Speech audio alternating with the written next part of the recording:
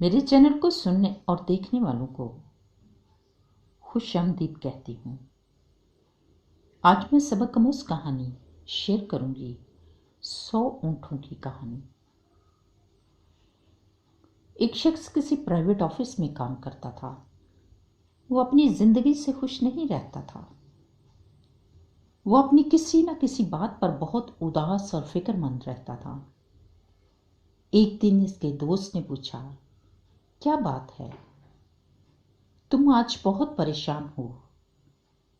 उस शख्स ने बताया, मेरी जिंदगी में कोई ना कोई मुश्किल आ ही रहती है। इस बात से मैं बेहद परेशान रहता हूँ। दोस्त ने मशवरा दिया, फलां जगह पर एक बुजुर्ग रहते हैं। उस बुजुर्ग ने बहुत सारे लोगों को परेशानी का हल बताया है। तुम भी जाओ और अपनी परेशानी बताओ। मुझे उम्मीद है उस बुजुर्ग के पास तुम्हारी परेशानी का हल जरूर होगा। उस शख्स ने कहा, हाँ, मैं जरूर जाऊंगा। अगले ही दिन वो शख्स उस बुजुर्ग के पास पहुंचा और बुजुर्ग से मिलकर बताया, बाबा जी, मुझे हर वक्त किसी न किसी परेशानी ने घेरा होता है, कभी कुछ तो कभी कुछ। इस परेशानी का मुझे अच्छा हल बता दें कि मैं सुकून से नींद ले सकूं। मुझे ऐसा हल बता दें ताकि मैं आराम से अपनी जिंदगी गुजार सकूं। बुजुर्ग ने सुनकर फौरन कहा, आज शाम हो गई है, तुम मेरे पास ही रुक जाओ, मैं कल जरूर बता दूंगा। आज रात तुम मेरा एक काम कर दो। मेरे पास 100 ऊंट हैं। मैं चाहता हूं आज रात तुम इनका ख्याल करो। जब ये सारे 100 ऊंट बैठ जाएं, तो तुम भी रात को सो जाना।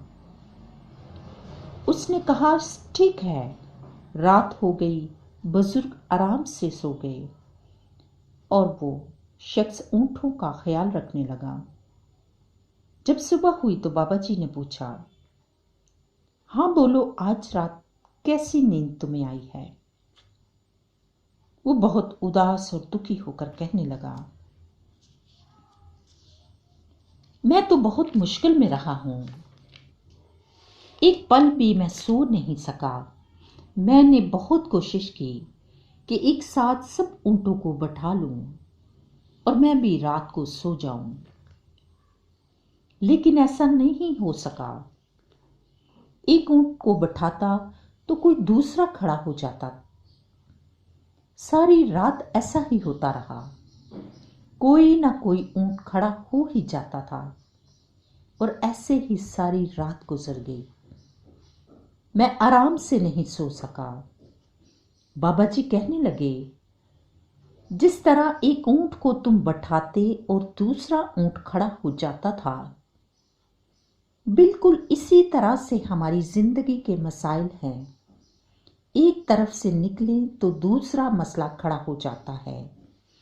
मसाइल हमारी जिंदगी का वो हिस्सा है जिन्हें हम अपनी जिंदगी से नहीं निकाल सकते।